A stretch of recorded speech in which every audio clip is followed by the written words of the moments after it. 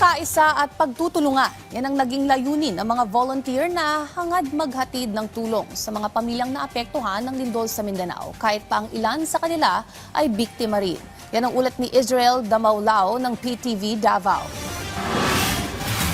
Matapos ang pagyanig ng magnitude 7.8 na lindol na nakasentro sa Maasim, Sarangani, nagkaisa ang iba't ibang ahensya ng pamahalaan upang agarang makapagbigay tulong para sa pagbangon ng mga residenteng apektado ng lindol.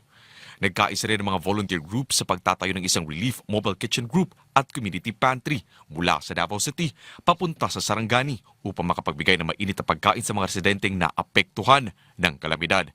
Nabigyan din nila ay ang mga pamilyang nananatili muna sa labas ng kanilang mga tahanan dahil sa takot sa mga aftershocks. Ayon sa grupo, ang kakulangan sa potable water o malinis na inuming tubig ang isa sa pinakamalaking suliraning kinakaharap ng mga apektadong residente sa Sarangani.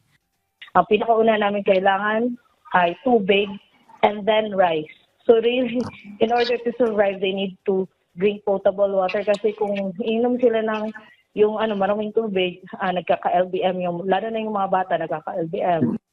Isa ring pamilya mula sa Malapatan, Sarangani ang nagbigay ng tulong sa kabila ng matinding pinsalang sinapit na kanilang bahay dahil sa lindol. Ayon kay Cherry, isa sa mga volunteer, nakita nila ang matinding pangangailangan ng mga residenteng labis na apektado ng sakuna sa pamamagitan ng pagluluto at pamimigay ng pagkain sa mga nangangailangan. Nag-initiate yung family namin na kahit affected po kami, kahit paano naman po, meron naman pong kaunting magbubunot. Nag-initiate kami sir na bili kami ng mga bigas, ng tubig, pamigay din sa mga tao na most affected po, yung nawalan po talaga ng bahay, walang pagkain, walang tubig. Para sa pamilya Kubrador, mas malakas ang pagkakaisa at pagtutulungan kaysa sa mga pinsalang idinulot ng kalamidad.